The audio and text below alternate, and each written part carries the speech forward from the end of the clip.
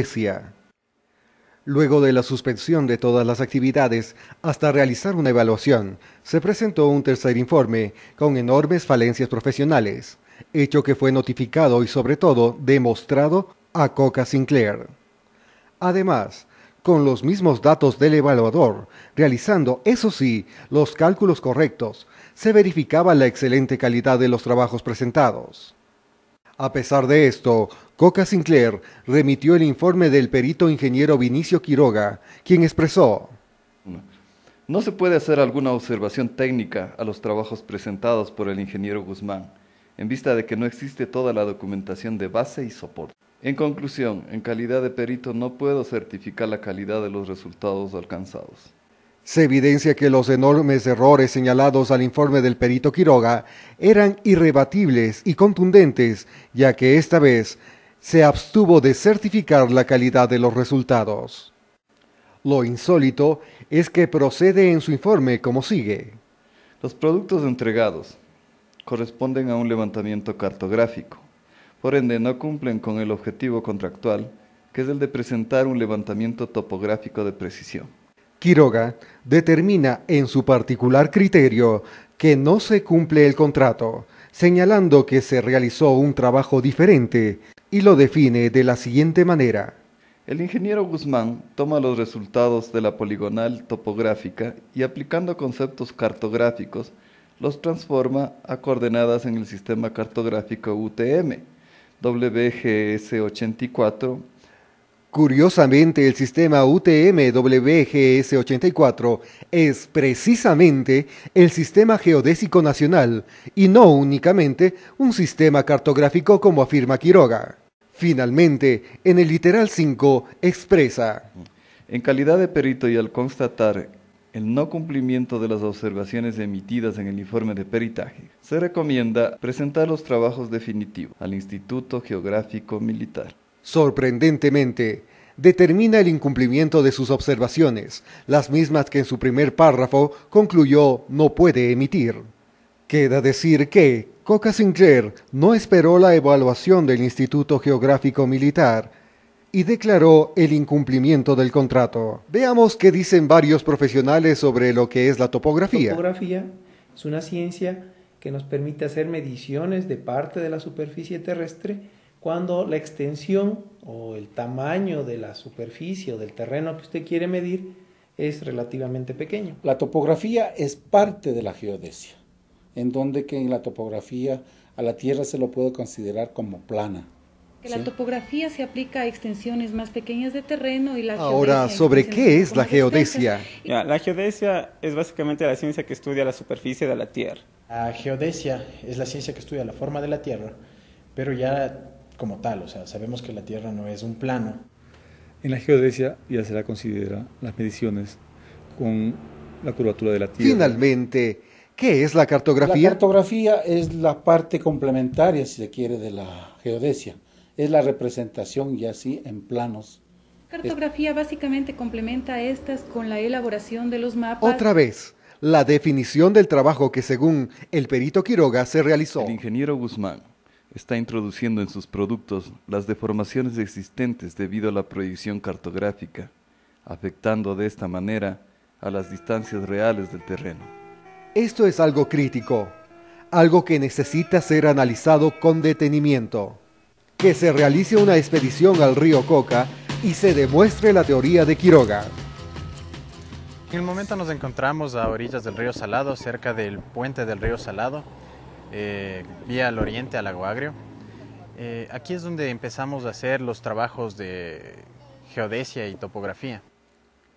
El objetivo de la expedición es medir la distancia entre los puntos GPS-1 y GPS-2, empleando instrumentos diferentes, GPS de precisión y una estación total y comparar los resultados.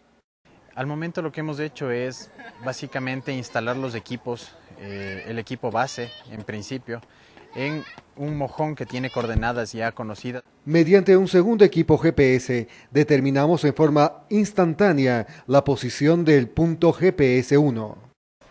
Bueno, ahorita ya nos encontramos en el punto GPS-1, estamos haciendo el sistema RTK Entonces ahí tenemos el rover, que es el equipo GPS, y este es el colector. Entonces aquí ya tenemos las medidas de ese punto, entonces son las medidas que vamos a anotar.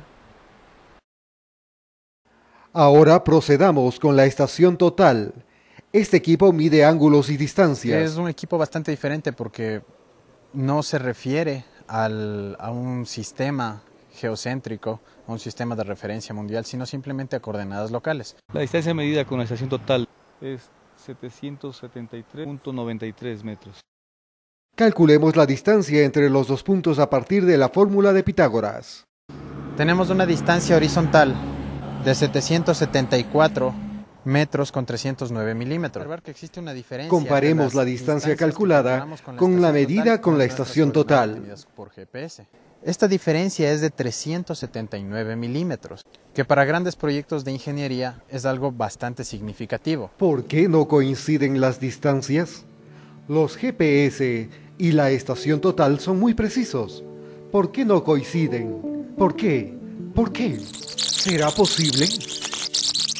La única respuesta es que la superficie terrestre es curva. En una tierra plana, las distancias medidas a nivel del mar o cualquier elevación coinciden. Pero la tierra no es plana. Las distancias en las mismas posiciones ya no coinciden. No solo eso, a mayor altitud, mayor deformación en la distancia. Pero ¿cuál es la correcta? Los GPS son claves en discernir la verdad, ya que estos no miden distancias sobre el terreno. Los GPS determinan la posición referidas al elipsoide WGS84 del Sistema Geodésico Nacional y Mundial. Finalmente, se proyecta la distancia geodésica y se obtienen las posiciones en el plano cartográfico. Si bien la distancia real en el terreno es diferente a la del sistema geodésico, de no hacerlo, se genera errores de posición inmanejables. Un ejemplo, consideremos un túnel para trabajar en dos frentes, uno de entrada y otro de salida, pero con la curvatura de tierra y esos factores, entonces sí podemos trabajar por cualquier frente y vamos a coincidir. En la práctica no se llega al milímetro, pero estamos dentro de una tolerancia. Si consideramos solo topografía, no se van a encontrar. Fundamental es considerar la geodesia para hacer un trabajo de buena calidad. ¿Qué dicen los profesionales sobre las consecuencias de no considerar la curvatura terrestre? El replanteo ya de la obra civil no va a coincidir con las medidas, ¿no es cierto?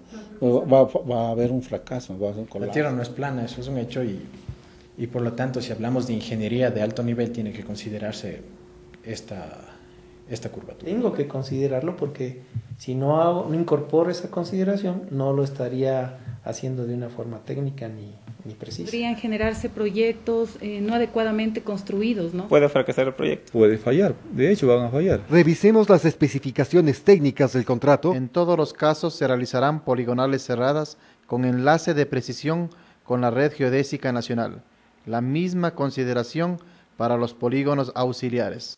Revisemos una especificación exigida en topografía en el mismísimo proyecto Coca-Codo Sinclair. La poligonal se realizó considerando las especificaciones técnicas que INESEL exige para este tipo de trabajo, es decir, reducción de distancias al nivel medio del mar y obtención de cotas aplicando correcciones por curvatura y refracción. Esta es la forma correcta y lo sabían hace muchos años. El evaluador señala términos y palabras en forma, por decirlo menos, sorprendente, olvidándose que topografía es por definición únicamente hasta donde se pueda considerar la tierra plana, deliberadamente ocultando un hecho geodésico, confundiéndolo solo con cartografía, y así calificaron que se realizó el peor trabajo que han visto en sus vidas.